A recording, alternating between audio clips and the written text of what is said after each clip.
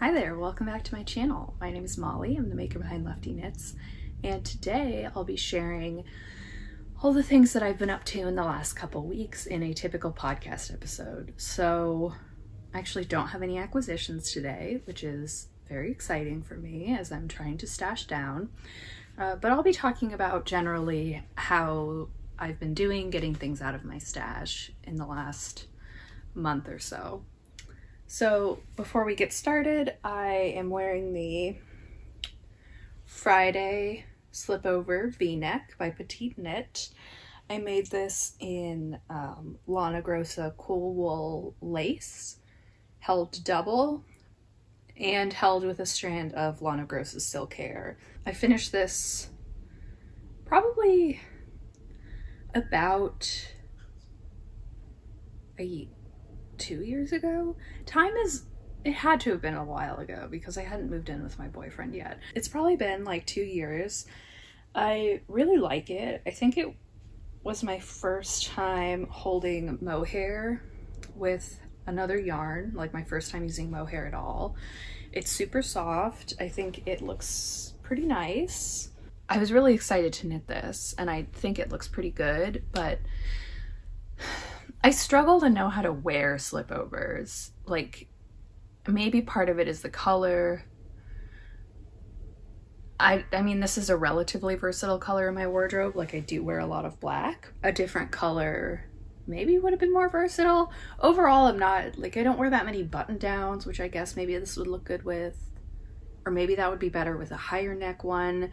I'm experimenting still, but I've been cold. Obviously today I'm wearing it with this black turtleneck. I've worn it with some other shirts. So I'm playing around with this slipover. I found it recently in my drawers and I was like, I need to figure out what I'm gonna do with that. I've had a couple of meetings where I wanted to look semi-professional and I think that this has done the trick pretty well.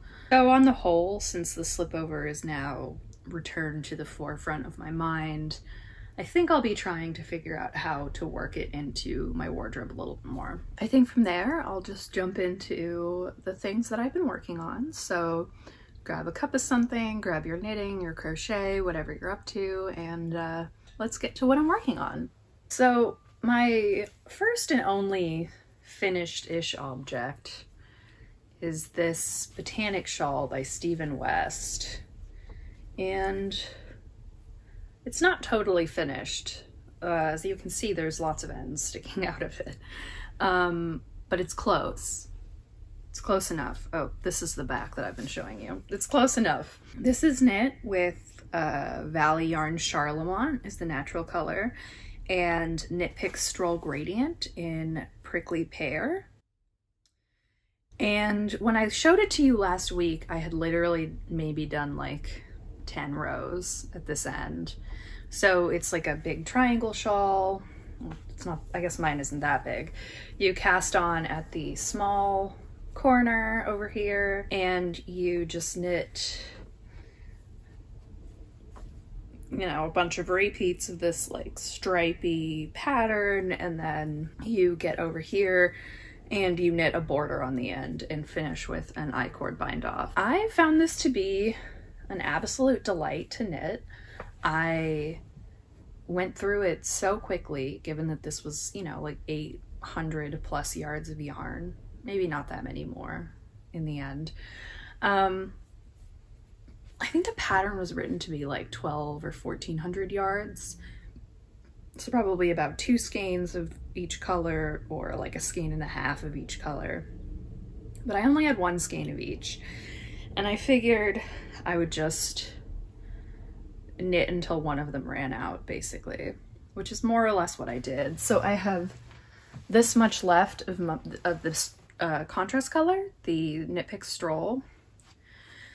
And the way I decided to do it was, you know, depending on how the size was working out, I decided that I would knit it until I hit this dark green, and then I would go into this like little border section that is written like the smaller border stripes without the like slip stitch detail. And it was pretty clear to me at that point that I would run out of the Charlemont first, so I knit until I thought I wouldn't have enough space basically, or enough yarn to do another row. And then I did the I-cord bind off. And so, you know, the numbers of repeats of everything are not as written in the pattern. I think I ultimately have a slightly bigger border, like, than the proportions of the pattern, but I'm okay with that. I kind of, you know, as I was looking at my colors and the way that this gradient was shaking out, I was thinking that maybe it would just, and the amount of white yarn or natural Charlemont I had left, I just figured that maybe starting with the dark green was a good transition. Now, I'm really happy with the way this came out. I think the colors look nice. Now, one of the criticisms of this yarn online is that it's not really a gradient, or at least many of the colors of this stroll gradient aren't gradients. They're kind of like 4, 3, 4, what have you, however many colors, just in really long stripes. And of course, with a color like the one that I've chosen, where you're going from a pink to a green, I mean, I didn't really want there to be like a long brown muddy section in the middle, but I was kind of cognizant of like, is that part going to be weird or ugly? But I mean, I think you can probably see it here. I think it turned out pretty well. It doesn't last super long and the colors don't look that bad. And there's one more color of this yarn left, the Stroll Gradient. I think it's pretty low stock, but I'm considering picking it up. I think it's like an orange, yellow, green, blue situation. I want to say the colorway is called Merit Badge, but I'm trying to not pick up any yarn, so I'm gonna hold off on that. The one thing that I'm not certain about, and I mean, I do obviously still have to block it, is that this cast on edge is like, or not the cast on edge, the increase edge is like pretty tight compared to the rest of it. And I did see some comments that mentioned that, but I figured that maybe it would be okay. And I think it'll be okay, but I mean, especially because the I-cord bind off is like, and the garter stitch, I guess, portion up here is like much stretchier. I think it might block out to be kind of a weird shape. I mean, it's already like a little bit of a, like there's a crescent kind of situation on this side, and I'm okay with that. I mean, I think because these things are wrapped around your neck most of the time, it doesn't make that big of a difference. I will probably block it pretty aggressively along this side once I figure out how I'm gonna block it. I'm still in a little bit of a blocking funk, which I mentioned last episode when it came to my other shawl. And I think that I mean, I've actually blocked a couple things. I blocked a cardigan and I blocked a cowl this week, but I still haven't quite been sure how to do this. So I think my other shawl will be up first for blocking. This one will be second, but I highly recommend this pattern. I would really happily knit it again. Like, I could see this being my, like, one of my mindless knitting, use up a couple skeins of sock yarn projects, especially if I have one like pretty highly variegated one and one relatively solid one that have a decent amount of contrast. I've already thought about like raiding my stash to make another. So I would say on the whole, this was a huge success. I have 2 works in progress today. The first one is my Ranunculus. This is the 3rd item on my Make 9, the textbook cowl being the first and the botanic shawl being the second. And I finished the body on this, so we're going.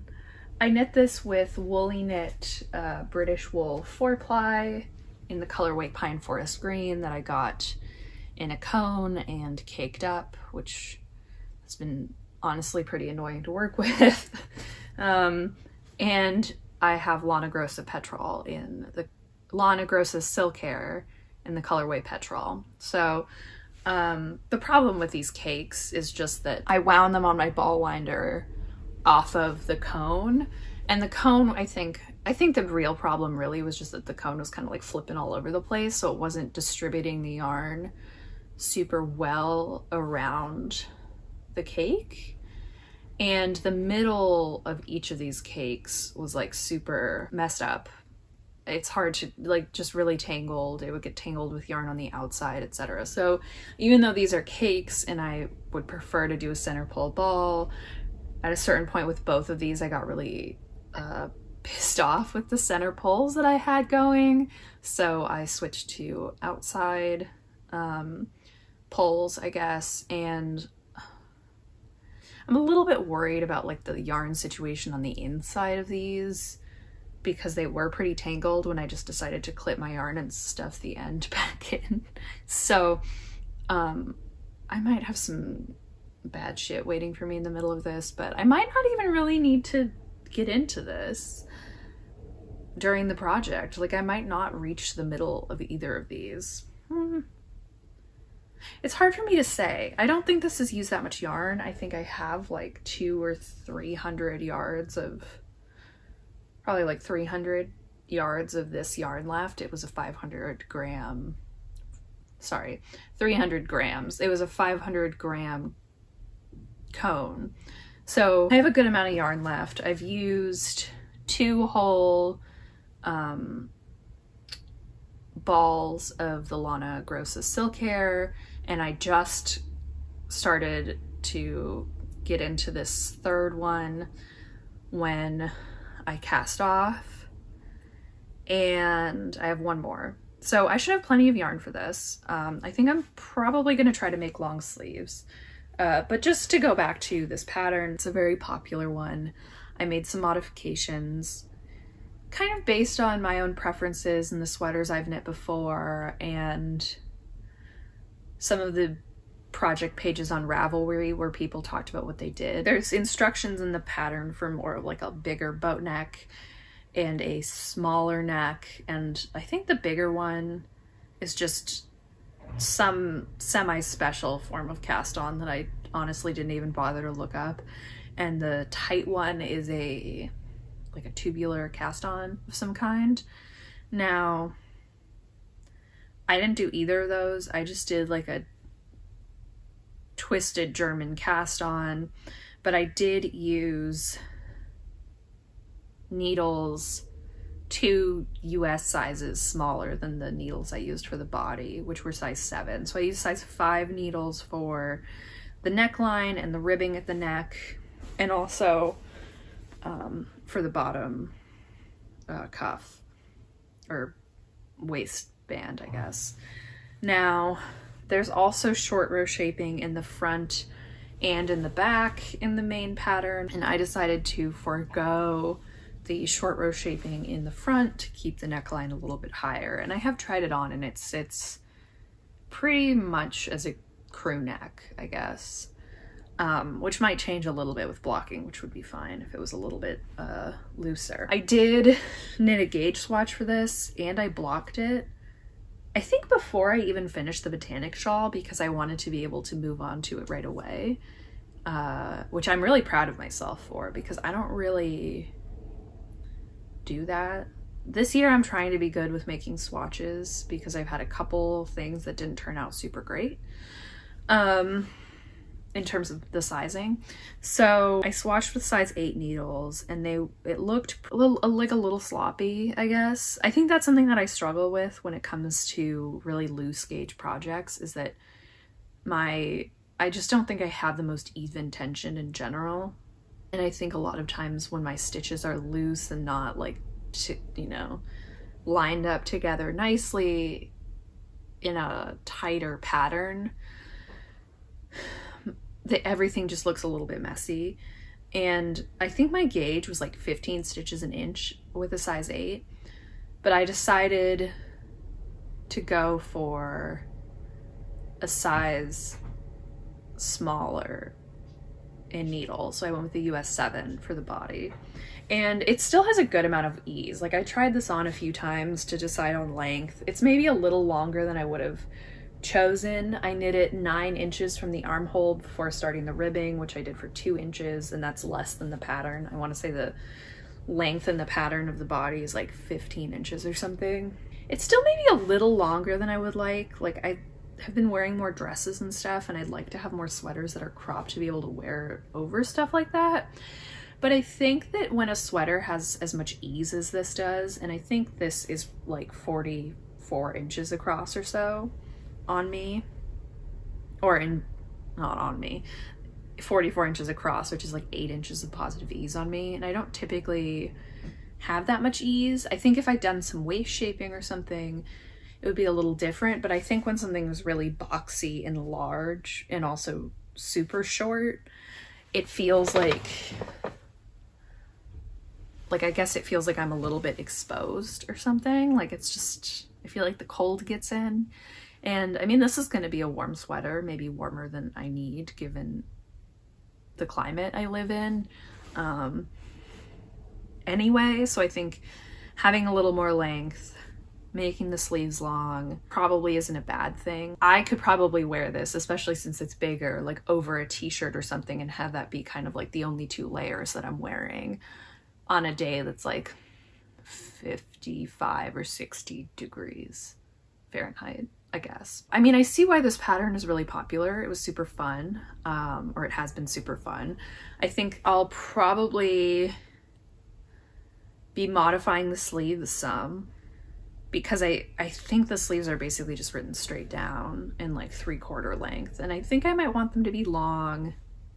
I might add like a twisted rib at the hem. I'm not certain. I think it has an I-cord bind off at the hem, or the sleeve cuff. But I don't love like super big sleeves, so I think I will be playing around a little bit with sleeves, trying this on a good amount, maybe referencing some other patterns as I try to figure out how I want to knit the sleeves, because I don't want them to be like super constricting, but I also don't want them to be like big balloon sleeves, because I think, especially since the body is pretty loose, I don't want this to just be too loose all over. I think I want the arms to be a little more fitted than the body proportionally. Now, another thing too is that when I went to do the ribbing on this, I had an odd number of stitches. It was 3 fewer stitches than I was supposed to have. And I scoured the sweater. I like looked up and down all the rows. I tried to find the missing or extra stitches. It's possible I did something weird when I separated the armhole, because up until the separation I had the right number. It's possible that I knit 2 stitches together at various points. I really did like look at this sweater pretty carefully, because I do tend to try to fix mistakes if I can see them. But I spent probably like 5 minutes with my flashlight like on my phone, or my phone flashlight on my sweater, like going up and down the rows and trying to find the spots. And I think because this is fingering weight yarn held double with a mohair, so 3 strands at once, and the mohair and the yarn itself are not super great matches. There's just a lot of like heathering, I suppose, or marling, and I just couldn't find it. So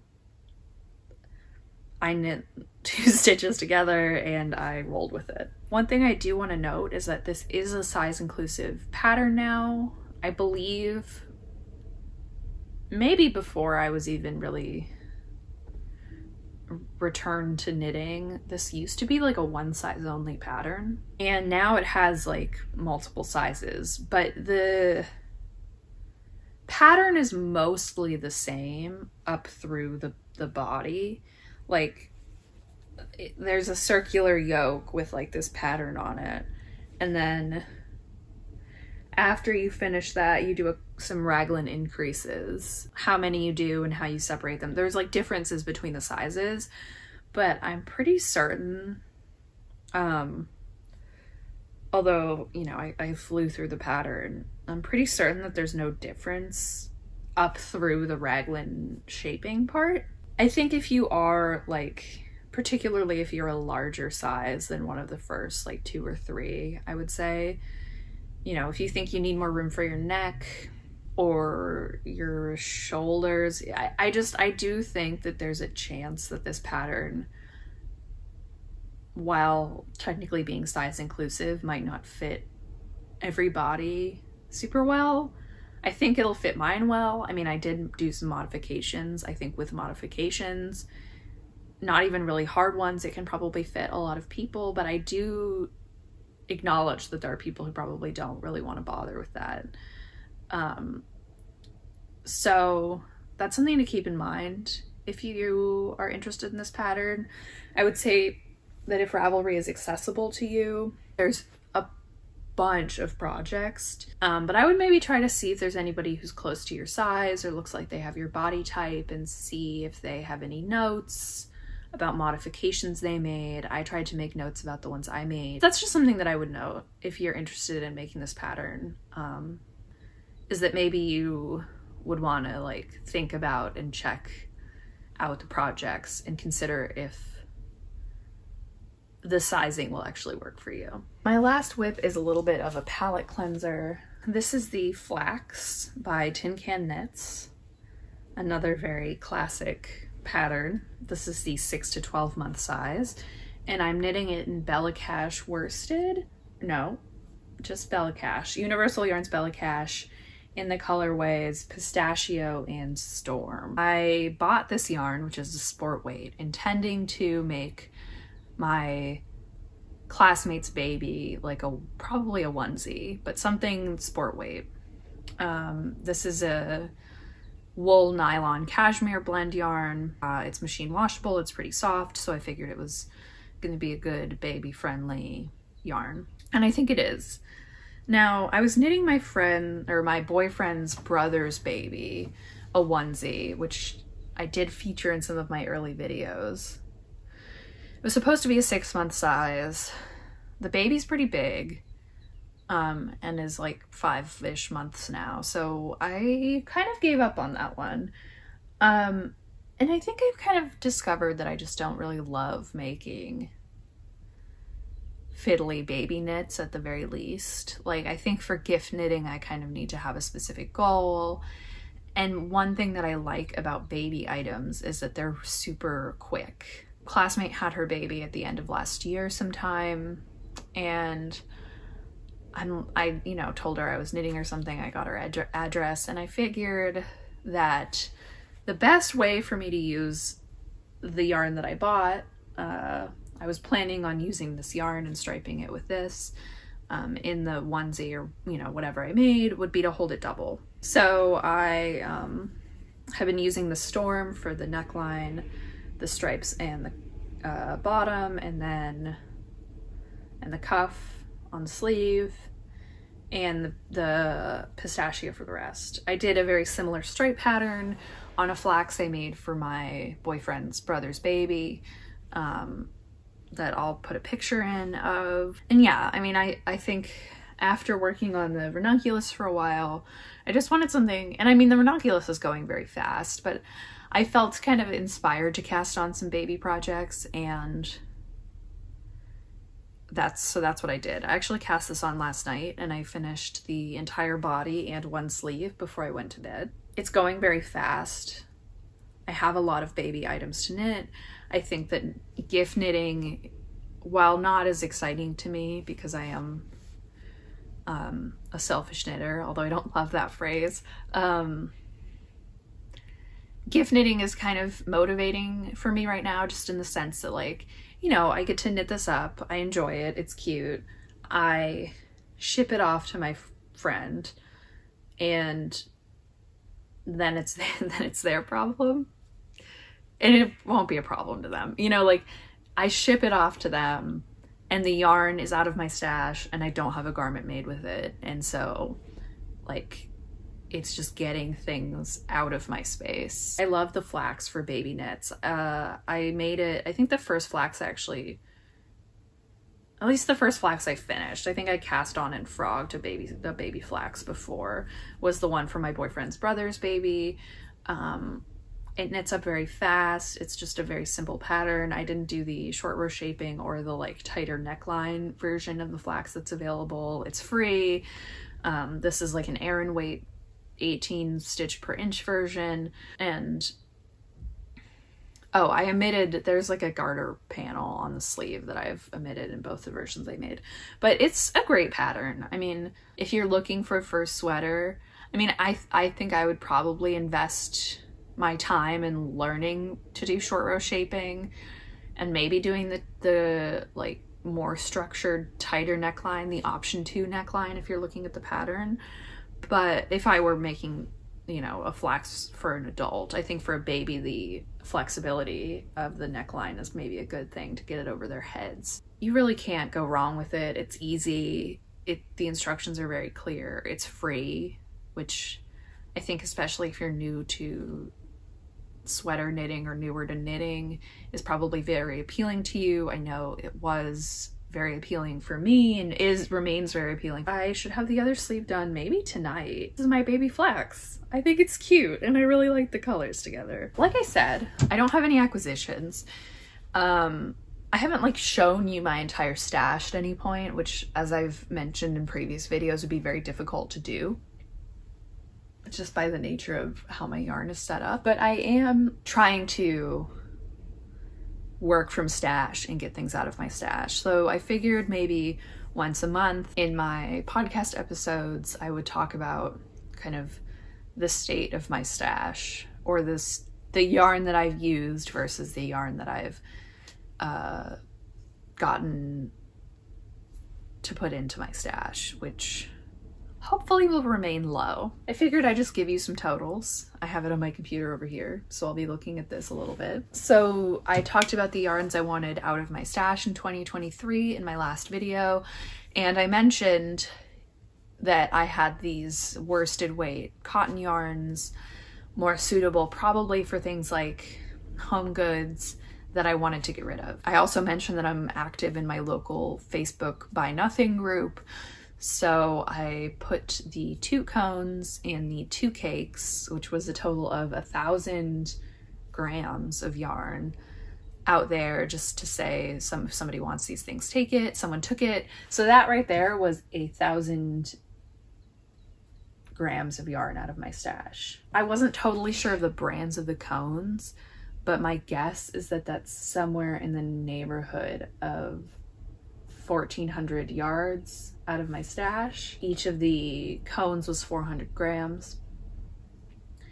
And the cakes were 190 grams each. They were Knit Picks Dishy cakes, and I got rid of both of them. So that's 380 yards out of my stash for that. That makes up the majority of the yarn that I got rid of or used.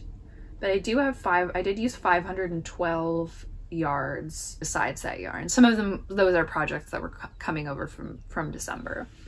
So the first thing was my Malabrigo Machita in Swamp Aurora and 3 Little Pigs that I used in my current mood shawl. I used about 70 to 79, or 72, 77, and 79 grams of those yarns. So I have like 20 to 25-ish gram balls of each of these 3 colors left. I don't really want to count, like, I know a lot of people, like, you know, when you watch the Nitty Natty's stash videos and stuff, she kind of counts anything that she started using as being out of her stash, like anything that has been allocated to a project that is put on the needles is officially out of stash, and any leftovers don't return to stash at the end. But I don't know if that method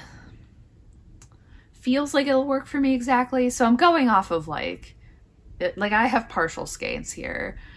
I won't say, like, you know, there's no cheating in this. Everybody gets to use their stash and call whatever they want stash, scraps, whatever, accordingly.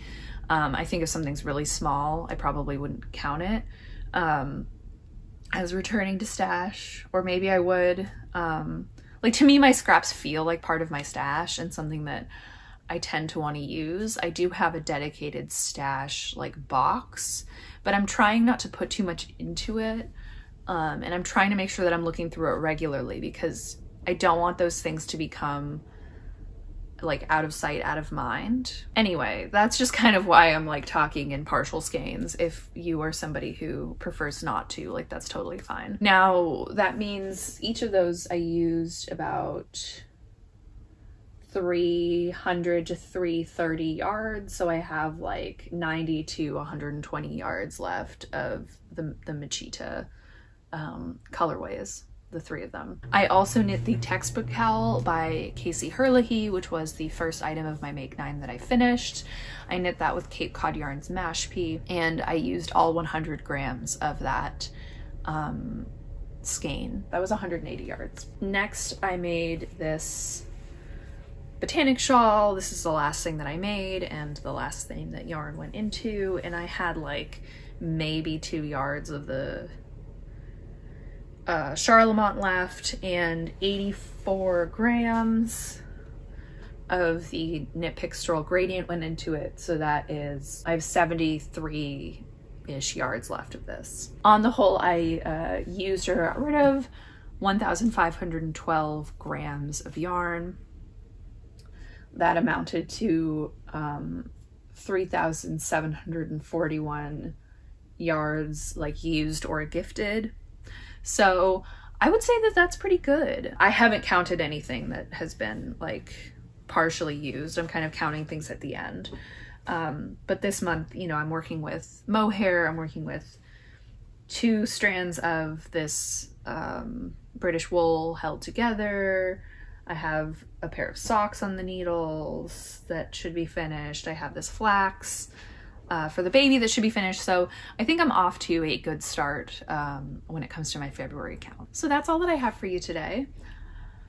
Thank you so much for watching. I hope you enjoyed this video, and if you did, please consider subscribing to my channel and go ahead and give the video a like. I'd love to hear what you've been working on recently, what the status of your stash is. It seems like from what I see on YouTube and, you know, talking to people, that quite a few people are kind of in the stash down season of their life. I'm excited for a time where there's less yarn up there that is languishing unused, and a time when it's used either by me or by others. It does feel really nice to be able to just, you know, like I got rid of 1,000 grams of yarn, like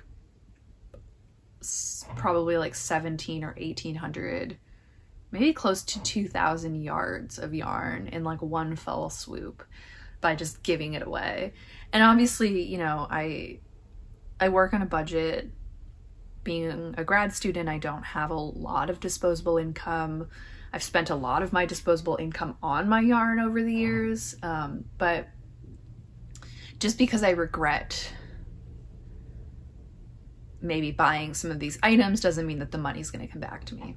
So I think where appropriate, I'll definitely be gifting. I'll probably be trying to sell a little, but gifting is like fine with me. I'm at peace with that decision for sure. And I feel absolutely no regrets about it when it comes to almost anything I've ever given away. Lola, stop eating my yarn. Stop it. Oh man. All right. Well, since Lola's eating my yarn, I think that's my cue. I hope you have a great one. Again, thank you for sticking around and watching this video, and I hope you'll come back next time. See ya.